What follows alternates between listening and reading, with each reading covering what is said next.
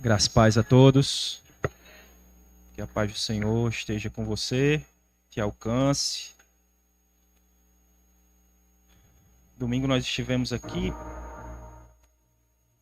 nós fomos representantes da igreja, né? Muito feliz em fazer parte deste rebanho, juntamente com você. Fomos muito bem recebidos domingo, tanto nós quanto o pastor Alisson. E desde já quero expressar a minha gratidão, estar aqui nessa noite, poder comunicar o Evangelho, a sua vida. Que o Evangelho, ele tanto fale ao seu coração, como fale ao meu nessa noite. Que possamos ouvir a voz do querido Espírito Santo, ministrando a nós. Eu queria contar para você uma história de um sonho. O sonho de Jacó. Gênesis capítulo 28, verso 10 em diante, eu queria ler com você. Se você tiver com uma Bíblia, abra.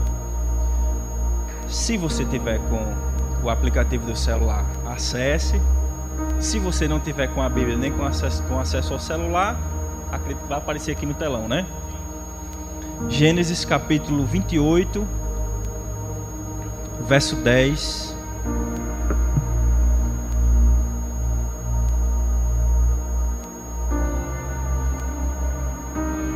Vai contar a história de Jacó.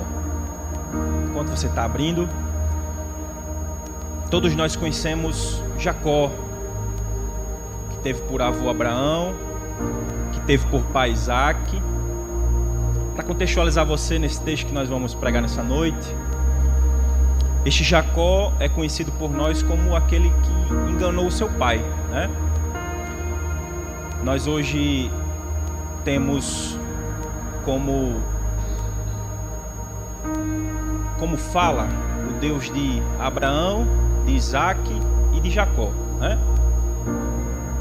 Deveríamos ter o Deus de Abraão, de Isaac e de Esaú, porque esse Jacó, você já deve conhecer, juntamente com a sua mãe, mancomunado, né? Foi até o seu pai e recebeu no lugar do irmão a bênção que era do irmão primogênito. Esse mesmo Jacó foi o Jacó que, quando seu irmão Esaú resolveu fazer uma comida, e em troca da primogenitura, Jacó recebeu de Esaú essa primogenitura que deveria ser do seu irmão. O seu irmão troca essa primogenitura por uma comida. Pouco antes desse texto, você vai encontrar isso no capítulo 25, essa narrativa. Pouco antes desse texto, Jacó vai até seu pai e a sua mãe fala para ele que o seu irmão está de dia e de noite respirando como matá-lo, como dar cabo da vida dele.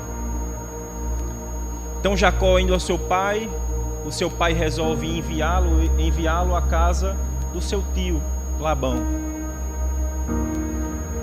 Diz a ele que ele não deva buscar mulher no meio das cananeias. E finalmente nós chegamos aqui no capítulo 28, versículo 10, para que a gente possa contextualizar o que a gente vai falar nessa noite. Capítulo 28, verso 10, o texto diz: Partiu, pois, Jacó de Berseba e foi a Harã, e chegou a um lugar onde passou a noite, porque o sol já era posto, e tomou uma das pedras daquele lugar e a pôs sob sua cabeça e deitou naquele lugar. E sonhou, e eis que era posta na terra uma escada cujo topo tocava nos céus, e eis que os anjos de Deus subiam e desciam por ela. E eis que o Senhor estava em cima dela e disse: Eu sou o Senhor, o Deus de Abraão, teu pai, o Deus de Isaac. Esta terra em que estás deitado, eu darei a tua semente. E a tua semente será como o pó da terra, e estender-se-á ao ocidente e ao oriente, e ao norte e ao sul, e em ti e na tua semente serão benditas todas as famílias da terra. E eis que eu estou contigo, e te guardarei por onde quer que fores, e te farei tornar a esta terra, porque te não deixarei, até que te haja feito tudo que eu estou dizendo a você.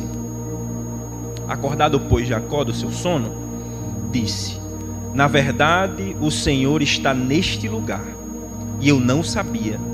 E temeu e disse: quão terrível é este lugar! Este não é outro lugar senão a casa de Deus, e esta é a porta do céu.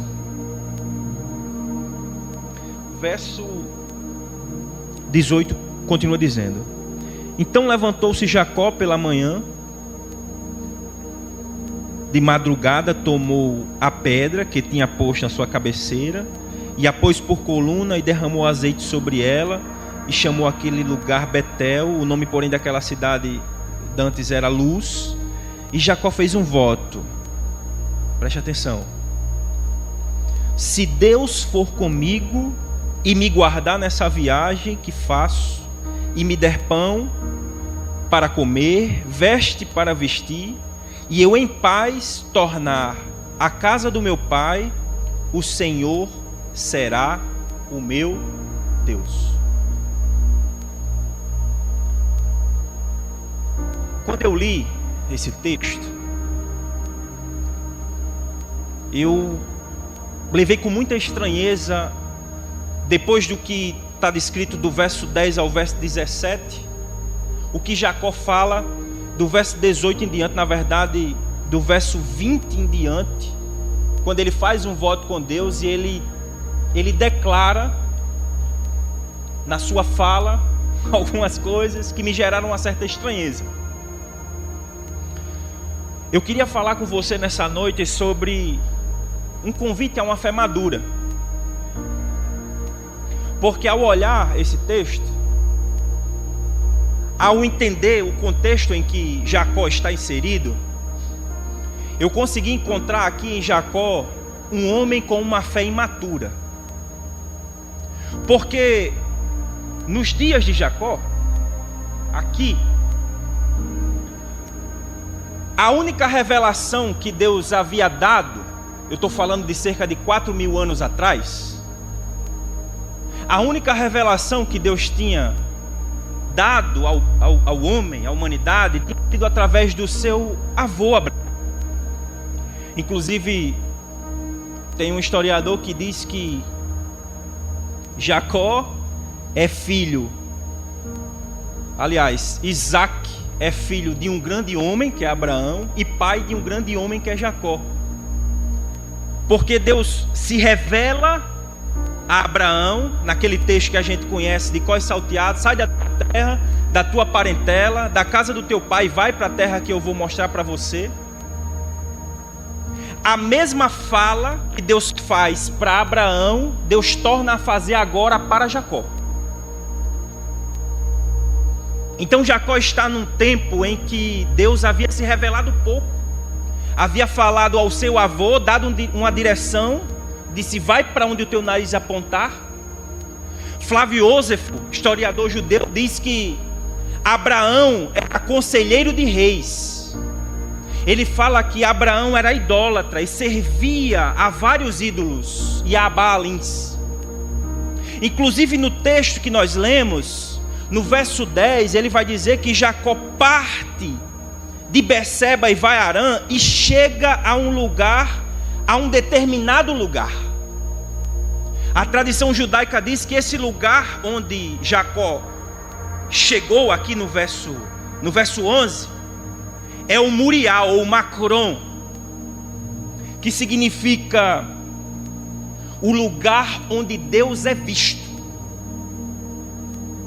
Não à toa Deus se revela a Abraão no Moriá, porque é no Moriá onde Abraão, depois de uma promessa que Deus tinha feito a ele dar filho, resolve subir o monte para entregar esse filho, que era o filho da promessa, em sacrifício.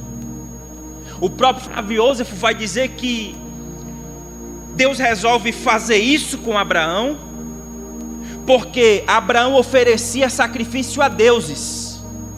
E normalmente ele, como aquele que sacrificava ídolos, e Moloque ou os Baalins pediam sacrifício de criança. A gente vai encontrar isso também, o rei Manassés, passando criança, o rei Amon, entregando crianças em sacrifício, mais na frente. Então quando Deus chama Abraão e pede Isaac, é que Abraão havia entregado várias crianças em sacrifício, diz Flávio Jósefo. E agora Deus pede o dele.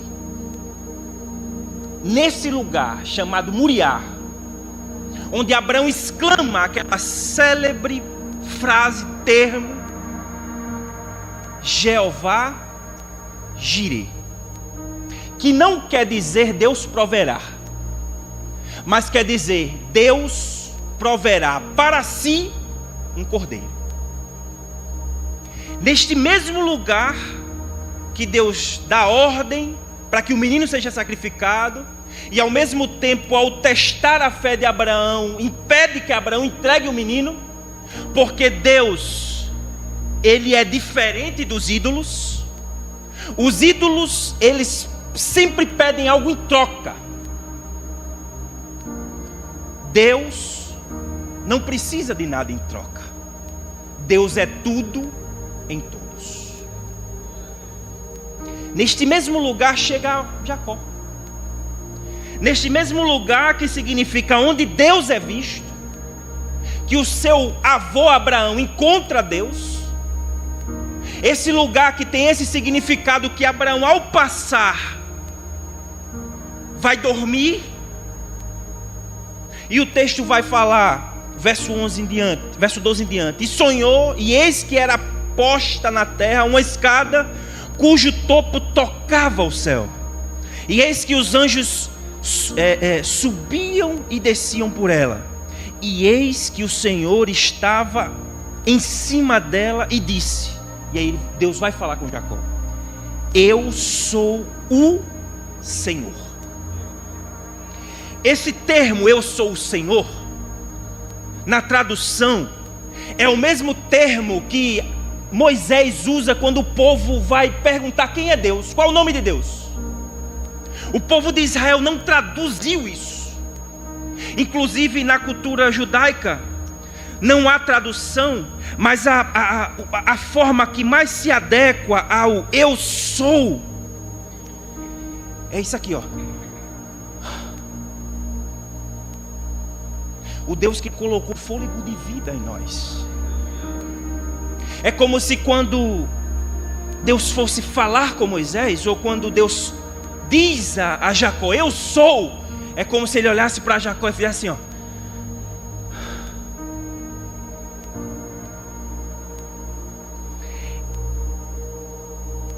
Ele olha para Jacó e fala, eu sou o Senhor. A tua semente será como o pó da terra, as mesmas palavras que ele fala para o seu avô. E estender-se-á do ocidente ao oriente, e ao norte e ao sul, e em ti a tua semente será bendita todas as famílias da terra.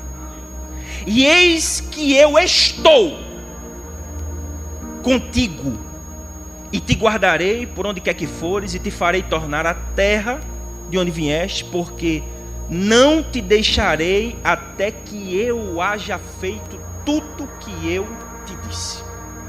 Quem está falando aqui é Deus para Jacó. Imagina você está fugido, você vai dormir e Deus se revela a você. Aí você fala, não, talvez é um sonho. Foi um sonho, foi um negócio da minha cabeça. Verso 16. E Jacó, acordado, disse, na verdade o Senhor está neste lugar e eu não sabia.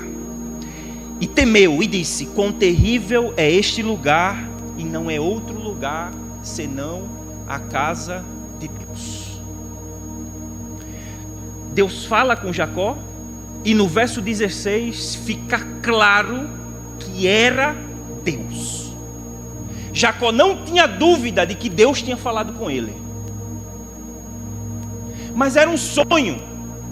Mas o Moriá, que é o lugar onde Deus é visto, é validado pela fala do próprio Jacó. Você imagina você estar fugido, você ir descansar, e no teu descanso Deus se revela a você.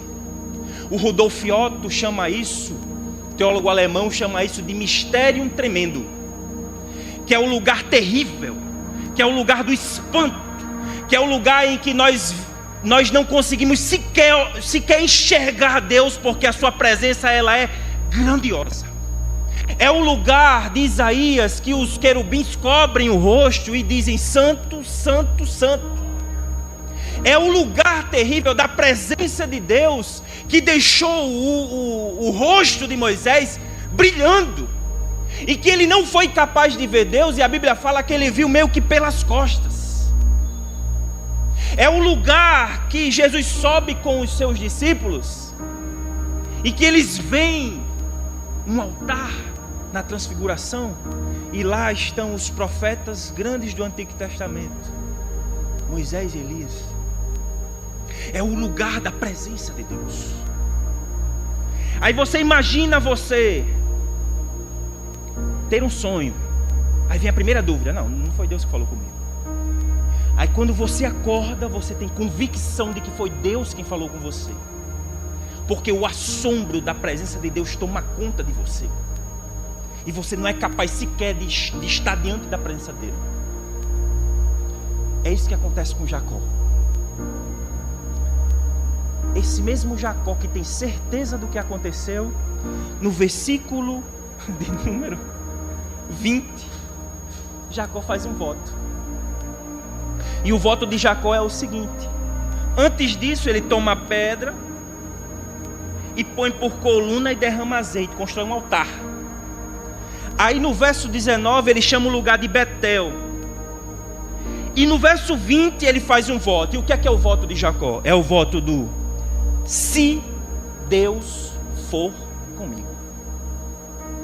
Você imagina você ver Deus, você imagina da presença de Deus tomar você de um jeito, que ele fala que aquele lugar, aquele lugar, Deus estava lá e ele não sabia, que era terrível a presença de Deus, e logo em seguida você olha e você diz: se Deus for comigo. É o que eu aprendi por fé do se então. A fé de Jacó é uma fé imatura, porque a fé de Jacó é uma fé que condiciona Deus. Jacó experimenta do mais profundo da presença de Deus, enxerga Deus, tem um assombro ao ver Deus e condiciona logo em seguida o Senhor. Deus faz promessa, diz a ele: eu vou estar com você, vai acontecer isso, vai acontecer aquilo, e Jacó vai lá e diz: se acontecer, aí Deus está comigo. Jacó condiciona a Deus a: primeiro, se me guardar na viagem,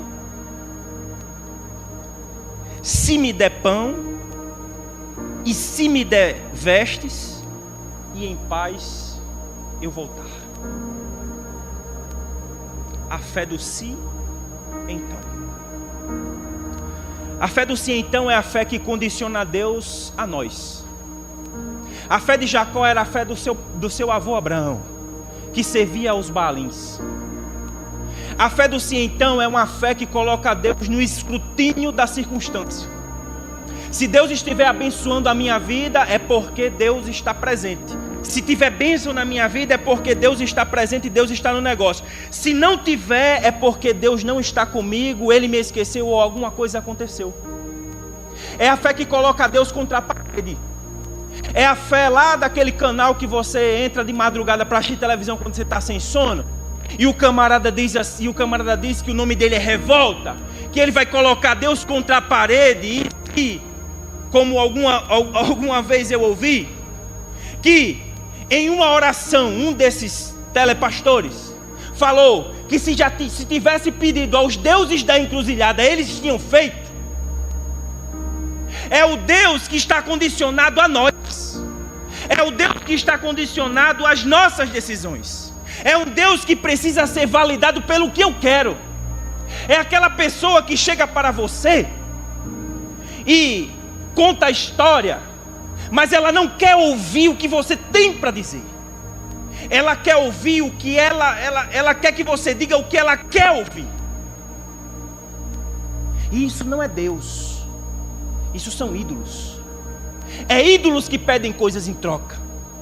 E o Jacó era um homem que se relacionava com ídolos, que aprendeu do seu avô lá atrás, que talvez ouviu história dos seus pais, e principalmente em um mundo em que existiam várias vozes e vários ídolos, que a todo instante ao seu redor, ele tinha um mundo que estava condicionado e que condicionava os deuses às circunstâncias.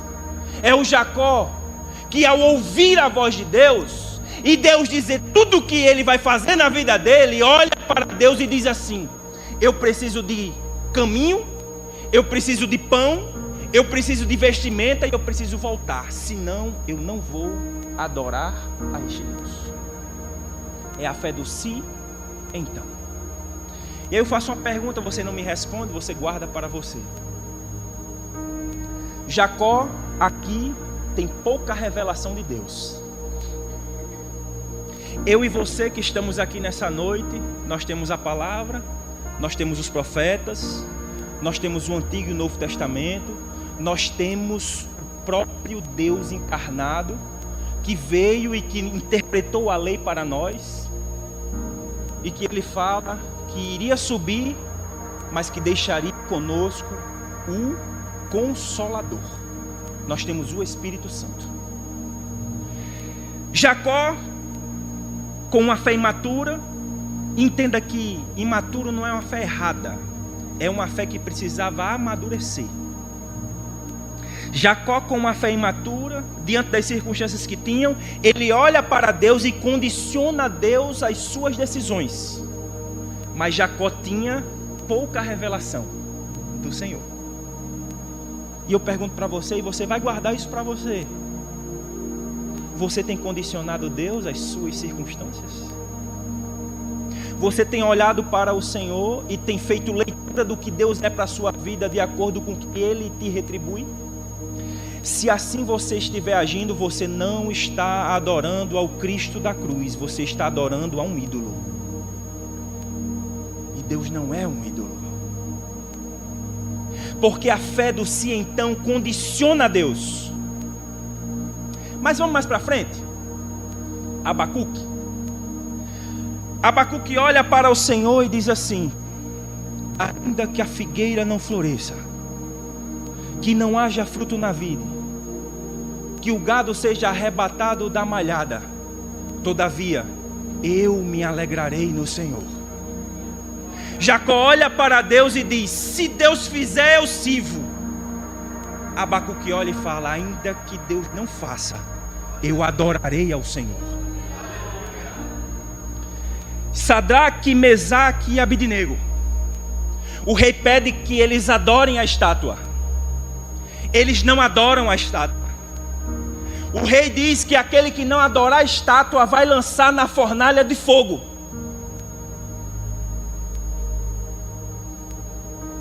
Eles não adoram. E o rei manda chamá-los. Quando o rei manda chamá-los, eles olham para o rei e dizem assim: eu não vou me defender. Eu não vou me defender. O que o Senhor quiser fazer comigo, o Senhor faça. Deus irá nos livrar. Mas se Ele não nos livrar, Israel saberá que nós não nos dobramos diante de você. O rei manda aquecer a fornalha 7 vezes mais. Os soldados que levaram eles até a fornalha morreram com as labaredas que estavam perto da fornalha. O rei chega, chama o seu serviçal e diz assim: o que é que está acontecendo? Vocês não jogaram os caras na fornalha?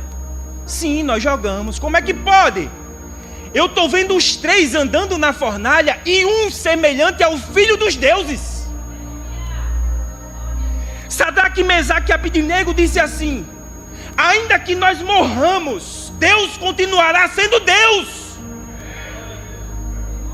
A fé madura não é a fé do sim então. A fé madura não é a fé que condiciona Deus. A fé madura é: ainda que a figueira não floresça, ainda que o meu armário esteja vazio, ainda que as circunstâncias digam que Deus está distante, todavia o Senhor está do meu lado.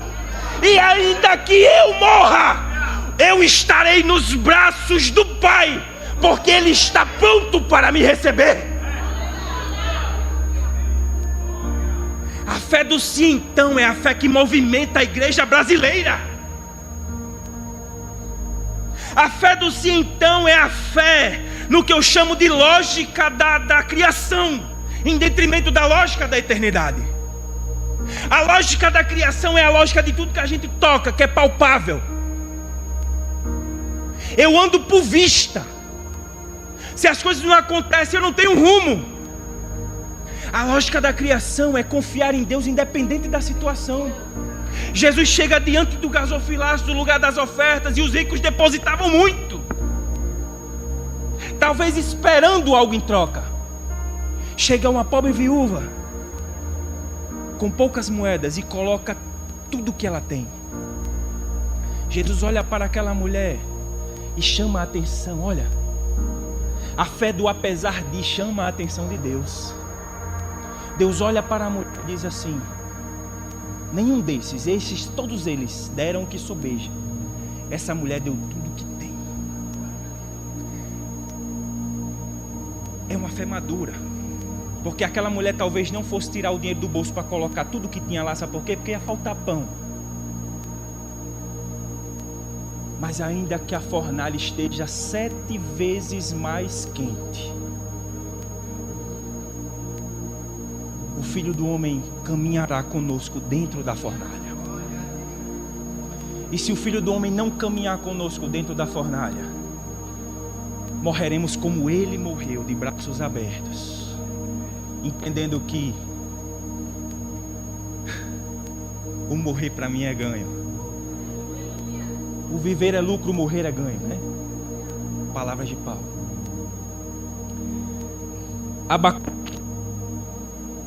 Sadraque, Mesaque e Abidênego, Jesus. Jesus chega para os seus discípulos e diz assim: quem dizem que eu sou? Pedro diz: tu és o Cristo, o Filho do Deus vivo. Jesus olha para Pedro e diz assim: cara, não foi seminário, não foi curso teológico, não foi hebraico, não foi original que te revelou. Não foi professor de teologia. Quem te revelou foi o Espírito Santo de Deus. Redobre sua atenção. Esse mesmo Pedro escuta Jesus dizer: é necessário que o Filho do Homem seja pendurado em um madeiro.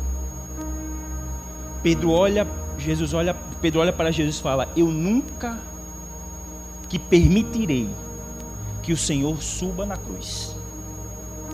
Jesus tinha acabado de dizer que o Espírito Santo falava pela boca de Pedro. Ao ouvir isso, Jesus olha para Pedro e diz: para trás de mim, Satanás. A fé imatura, a fé do se então, não é uma fé que enfrenta problemas. É uma fé que foge dos problemas. A fé do se então não é uma fé, é uma fé de uma criança. Veja só, eu escutei um pastor falando isso hoje mesmo, inclusive, ele dizendo assim: uma criança, ela não vai dormir pensando se vai ter comida no outro dia. Eu, enquanto criança, nunca fui dormir pensando: será que amanhã vai ter, a não ser um biscoitinho recheado, né? Mas uma criança nunca vai achar que vai passar fome. Por quê? Porque ela confia no pai. Agora o pai, todas as noites, vai dormir pensando: eu não posso sair do meu emprego, eu preciso sustentar a minha casa. É por isso que eu disse para você que a fé imatura não é errada. Ela é uma fé que precisa ser aperfeiçoada. Você pode olhar e dizer assim: Renato, minha fé é imatura, cara. Da circunstância aperta, eu quero retroceder. Quando o negócio fica ruim, eu olho para Deus e falo: ô Jesus, está tão apertado, está tão difícil, tu está me esquecendo, tu esqueceu de mim. Eu quero dizer para você que eu passo por essa mesma situação, porque na hora que o negócio arrocha, a gente quer o quê? Fugir. Porém, o convite do Espírito Santo para nós nessa noite é: apesar da circunstância, apesar da dificuldade, apesar da dor, do medo, faz parte do medo, nós precisamos adorar ao Senhor pelo que Ele é, não pelo que Ele nos oferece. Jesus olha para Pedro e diz: para trás de mim, Satanás. Você entende que nós somos como Pedro?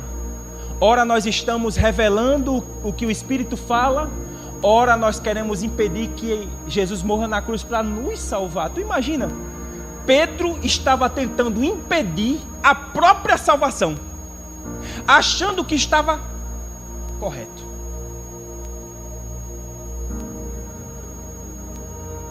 Abacuque, Sadraque, Mesaque e Abidênego. Jesus sobe na cruz do Calvário. Ele diz: Deus meu,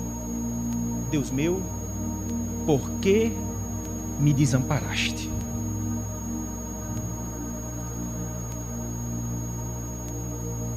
Pai, no Getsemane, afasta de mim este cálice.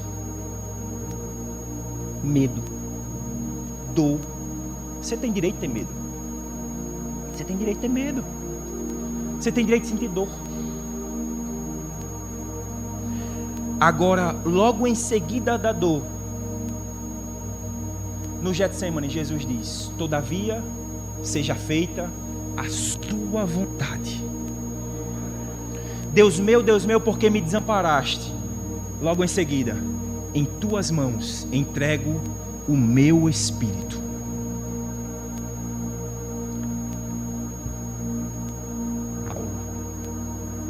Abacuque, Sadraque, Mesaque e Abidênego, Jesus. E para encerrar, era para me ter encerrado com Jesus, não era? Mas eu quis seguir uma ordem cronológica que eu até troquei, na verdade, né? Paulo. Levaram uma oferta para Paulo, e Paulo fez: amém, glória a Deus, vocês me deram uma oferta, mas vocês não me compram com oferta, porque eu sei passar pela bonança e eu sei passar pela escassez. Todas as coisas eu posso naquele que me fortalece. A fé imatura, na hora da bonança, glória a Deus. Na hora da escassez, Deus meu, por que tu me desamparaste? A fé madura: todas as coisas eu posso naquele que me fortalece. O sangue está dando na canela. O homem está ameaçando abandonar, sair de casa, deixar você com 3 meninos. No trabalho o negócio está apertando para você, é perseguição, é pancada, e você dizendo: Senhor, eu não posso deixar o meu trabalho. Ou então o chefe está batendo, se não fizer vai ser demitido, e o coração está apertando porque tem parcela para pagar, tem escola, tem menino. O Deus da bonança é o Deus da escassez. Os mesmos braços que te abraçam na bonança serão os mesmos braços que estarão abertos no dia da escassez. Não importa a dificuldade que você está passando. Todavia, eu me alegrarei no Senhor. Fé do sim, então, condiciona a Deus a sua vontade. Fé do apesar de, a vontade de Deus está sobre a minha vontade. Fé do sim, então, Deus se coloca no lugar de mercador. Eu dou e ele retribui. Fé do apesar de, independente da situação, eu quero apenas a presença de Deus. Fé do se então, é a fé que o mérito está em mim, em nós. Fé do apesar de, Deus é plenamente glorificado em nossas vidas. Fé do se então, é a fé do Deus das encruzilhadas. Fé do apesar de, é a fé do homem que entregou a vida na cruz do Calvário, derramou seu sangue, e aquele que não come da sua carne e não bebe do seu sangue, não é digno dele. É o homem que morreu na cruz, para que eu e você tivéssemos vida eterna.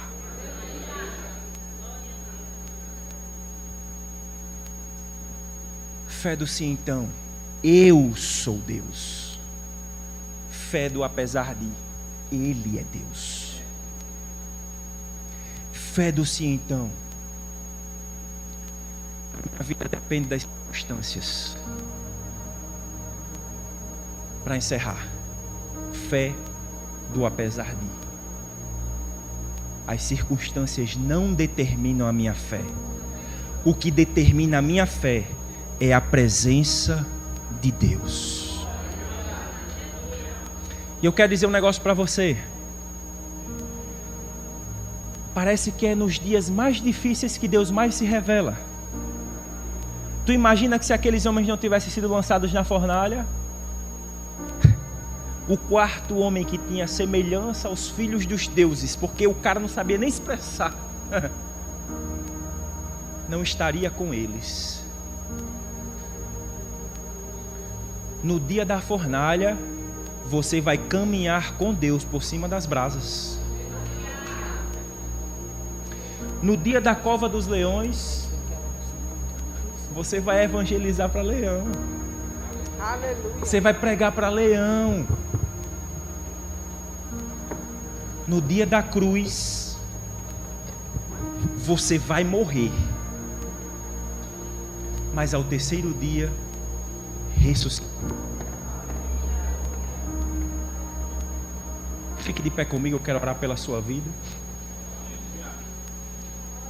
Talvez você tenha esperado uma mensagem mais animada.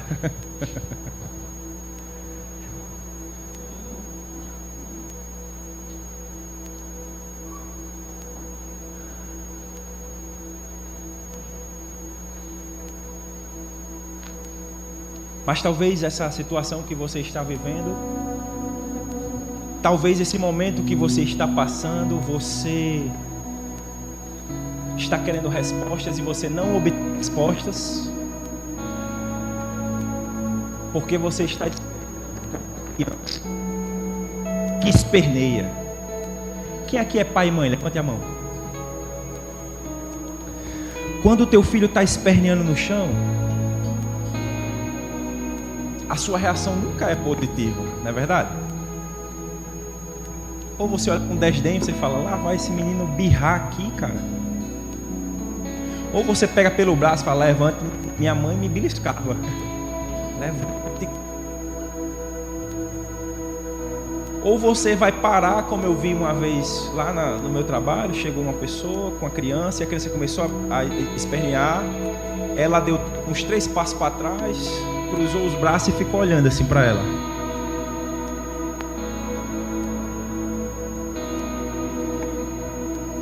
Talvez você esteja como uma criança, potencializando o seu problema.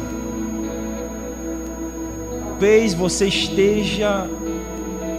não está recebendo uma resposta de Deus, porque você está buscando um Deus do se então, que é o Deus do eu vou espernear, eu vou passar largas madrugadas ali falando, orando, até Deus me ouvir, porque tem até versículo bíblico que ratifica isso.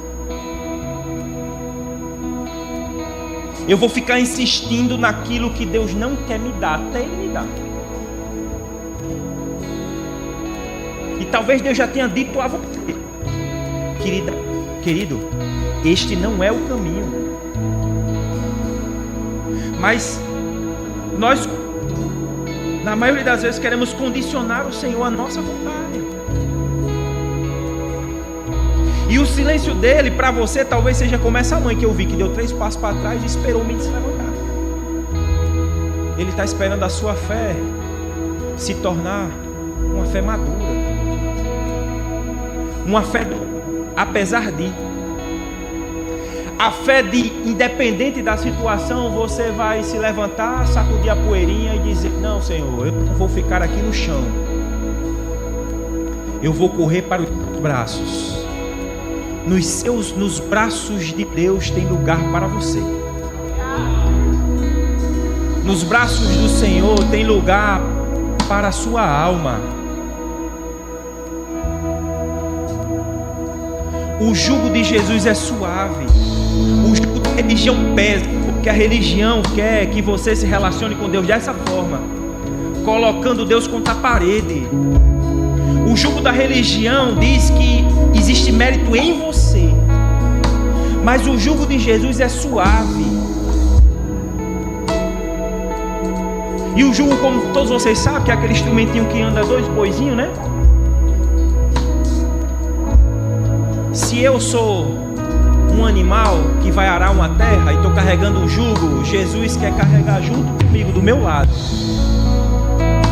E talvez tudo que Jesus está esperando agora é só você se levantar para colocar sobre você o jugo dele, que é suave, para que você possa viver de maneira leve, sem pesar na sua vida e sem pesar na vida de ninguém. Fazer com que as suas relações sejam relações leves, que não sejam relações baseadas no mérito, que não sejam relações baseadas na troca, mas que sejam relações baseadas na relação que Deus quer estabelecer com você. Apesar de tudo, Deus te ama. Aí você imagina se nós exercêssemos a fé do sim então e Jesus levasse em consideração os nossos pecados. Nós não podemos estabelecer uma relação com Deus de troca, do sim então, porque se Deus for nos dar o que nós merecemos a cova, porque o salário do pecado é a morte, mas o dom gratuito de Deus é a vida eterna. Você precisa se relacionar com a fé madura do apesar de, porque o Senhor está chamando você nessa noite a receber a vida eterna. E eu quero fazer um convite para você. Você chegou aqui e você disse assim: eu estou assim, que nem Jacó. Deus já falou comigo, mas eu estou insistindo no negócio. Eu quero convidar você a ter a fé de Abacuque, que você vinha até aqui à frente dizendo assim: eu quero entregar minha vida para Ele. Eu quero viver com Ele independente da circunstância. Eu quero viver com Ele com a minha vida. Minha vida está toda errada, mas eu quero dar um passo na direção de Deus, para que eu possa sentir o seu abraço, para que eu possa sentir o seu cuidado, para que o jugo dele esteja sobre mim e eu não sinta o peso do pecado, mas para que ele reine sobre a sua vida. Se você quer viver esta vida, vem cá, vem pra cá. Se a vida que você quer levar diante do Senhor é uma vida de Deus, eu sou pequeno, eu sou miserável, sou nu, sou pobre, mas o que eu tenho eu te dou, meu coração eu te entrego. Vem cá. Ou então só estende a mão, e se tiver com vergonha, estende a mão assim, onde você estiver, para a gente orar por você. O convite do Senhor nessa noite é: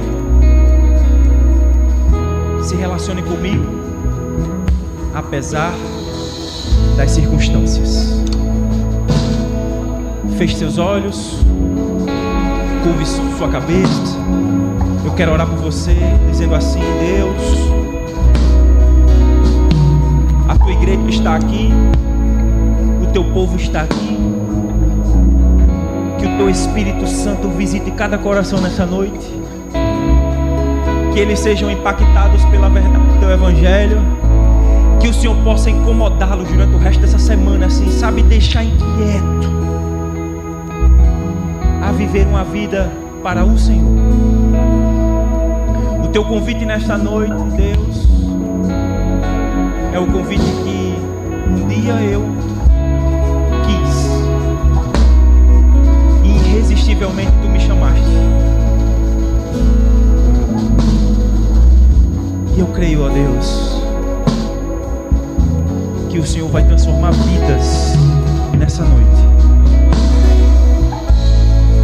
Eu quero abençoar a vida dos teus filhos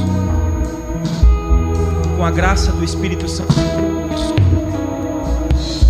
Que eles possam desfrutar de uma fé que te adore apesar das circunstâncias. Que eles possam te honrar onde quer que eles cheguem. E que eles possam te servir apesar de qualquer situação. Adore ao Senhor Jesus nessa noite. Que Deus vos abençoe.